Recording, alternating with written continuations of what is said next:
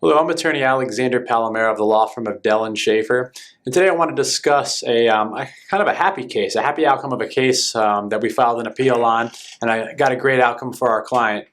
Our client, prior to hiring us, worked at SAP America for 7 years. She was a senior solutions sales executive, high executive job, worked there for 7 years and made a very good living. Unfortunately for her, in late 2016, she suffered a fall and had a head injury.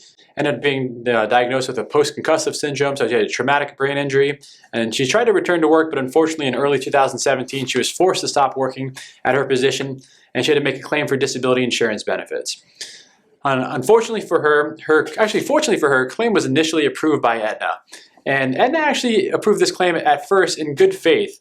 They actually denied her claim, saying, "We don't believe you have post-concussive syndrome that's affecting your ability to work, but we believe you actually might have a psychological issue, a mental health issue that needs to be treated." So they actually approved her claim, allowing her time to get treatment for a mental health disorder, what they believe was a mental health disorder. And they approved her claim for a short period of time. Unfortunately, our client was not suffering from mental health disorder, so there's no additional records to submit. And after a few months on claim, Aetna ended up denying her claim. In support of their reasoning for denying the claim, they said that that her medical records were not supportive of a TBI, obviously. They said her neuropsychological testing was inconsistent, and they ended up denying her claim for those reasons. Our client found us, and we ended up ordering all her medical documentation on the claim, and our review showed a few things that Aetna got wrong. First and foremost, the neuropsychological testing was not inconsistent at all. In fact, it showed that she had a significant processing skills, or processing speed was significantly reduced. She had a compromise in her functional memory skills, etc., etc. Her neuropsychological evaluation was very supportive of her claim. Her treating physicians were also very supportive of her claim. So then we were going to draft an appeal, but the last thing we did before we filed the appeal with Aetna, we actually reached out to an independent physician reviewer. This doctor actually worked for, in the past, the University of Virginia.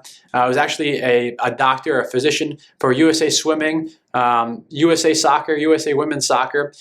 He actually started or was part of the Brain Injury Alliance. So I knew that this expert would be the person to go to review these documents, and this person supportive of my client's claim, I knew there was no doubt that Aetna would have to overturn their denial.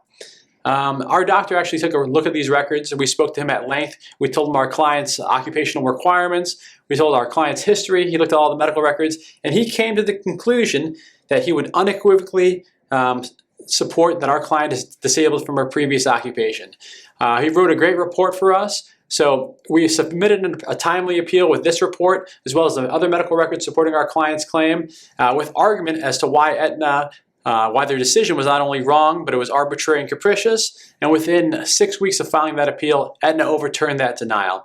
Our client is back on claim, receiving benefits to this day, and she'll likely need benefits till the age of 65, and she's able to go back to work. But she knows that if she needs this claim, that Dell and Schaefer will do whatever it takes to keep her on claim. So if you have a similar claim where Aetna has denied your long-term disability insurance claim, please do not hesitate to contact us for a free phone call. We'll gladly assist you any way we possibly can.